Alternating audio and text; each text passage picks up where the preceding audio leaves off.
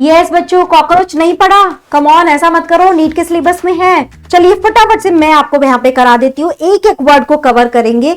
Morphology के 2 part हम already ले चुके हैं, अब हम उसमें हेड के बारे में बात कर चुके हैं। अब हम बात करेंगे डिफरेंट बॉडी पार्ट्स के। तो इसके बॉडी में जो थॉरेक्स होता है, हेड हम कर चुके हैं, थॉरेक्स हो जाता है जो 3 पार्ट में डिवाइड होता है, प्रोथोरेक्स, मीजोथोरेक्स एंड मेटाथोरेक्स। क्या है? प्रोमोथोरेक्स, मीजोथोरेक्स, मेटाथोरेक्स। अगर आप इस डायग्राम में देखेंगे तो आपको प्रोथोरेक्स की जगह यहाँ पे प्रोनोटम लिखा हुआ है, यहाँ पे ऐसा कुछ नहीं दिखाया। और अगर आप नीचे डायग्राम देखेंगे तो यहाँ मैंने छोटा सा नेक लाइक स्ट्रक्चर दिखाया है। तो यस बच्चों, कॉकरोच नेक लाइक स्ट्रक्चर से जुड़ा होता है जो प्रोथोरेक्स को हेड से कनेक्ट करता है, बट इसके ऊपर एक पूरी प्लेट लाइक स्ट्रक्चर जो कवर करके रखती है, जिसे हम प्रोनोटम बोलते हैं, जिसकी वजह से हमें नेक दिखाई नहीं देती है।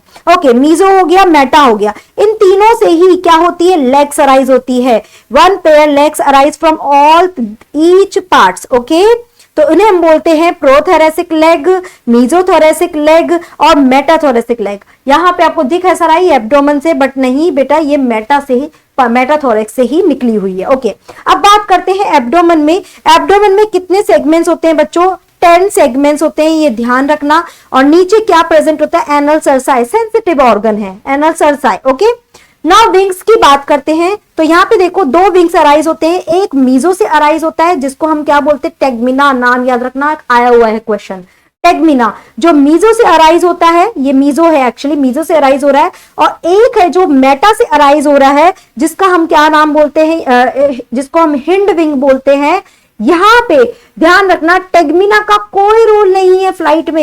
ये ओपेक होता है, थिक होता है, फेदरी होता है, कोई रोल नहीं है। नीचे वाले जो विंग्स है ना, उनको प्रोटेक्ट करने का काम करता है, जबकि नीचे वाले विंग्स जो वो एक्चुअल में फ्लाइट में रोल प्ले करते हैं, थिन होते हैं, मेम्ब्रेनस होते हैं और ट्रांसपेरेंट होते हैं। तो यहाँ पे हमारा ये मॉर्फोलॉजी हमने किया। अब आगे बात करते हैं इसके रिप्रोडक्टिव पार्ट्स की, तो उसे नेक्स्ट पार्ट में कवर अप करेंगे।